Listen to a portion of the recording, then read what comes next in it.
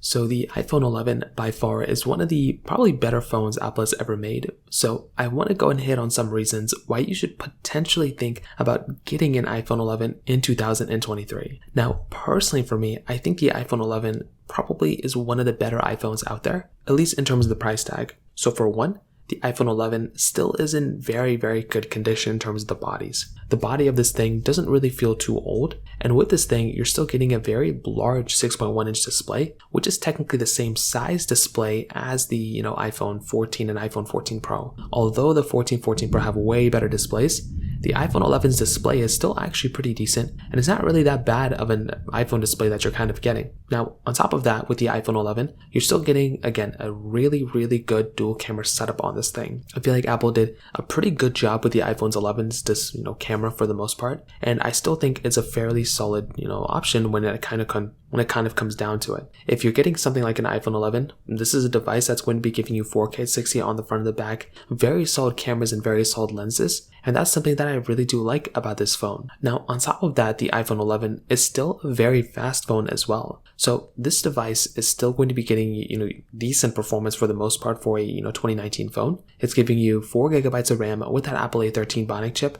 That is a very solid amount of performance to have in a device like this, and I really do appreciate phones like the iPhone 11 for having that type of capability. Although it isn't like the most perfect phone of all time, I think Apple has done a really good job with this type of performance on this device at that moment, and I think that's something else to kind of keep in mind here. On top of that, the iPhone 11 is still a very, very good supported phone when it comes down to it. Now, what does this mean? Well, the iPhone 11 is still going to be getting software support at least for like another 2 years. There could be a chance where it could be less, it could be more, but for 2 years, this could potentially be an iPhone that is still going to be supported, and even probably longer than that. If it gets to iOS like 18 or 19, it's going to be a device that's going to be still getting support probably on iOS, 18, 19, whatever version it is, for many, many years, probably even after, much similar to like the iPhone 6s and 7 so far. So on top of that, I feel like the battery life isn't horrible on this thing, and it's an overall pretty decent option. It's a pretty decent phone when it actually comes down to it. So in terms of that, the iPhone 11, in my opinion, gets a thumbs up for me for sure. If you have any other thoughts or questions, let me know in the comment section below. Hit the like button, that'll mean so much, but definitely hit that subscribe button. More importantly than everything else, I love every single one of you guys. Hopefully I'll catch you guys in the next video. Peace out till then.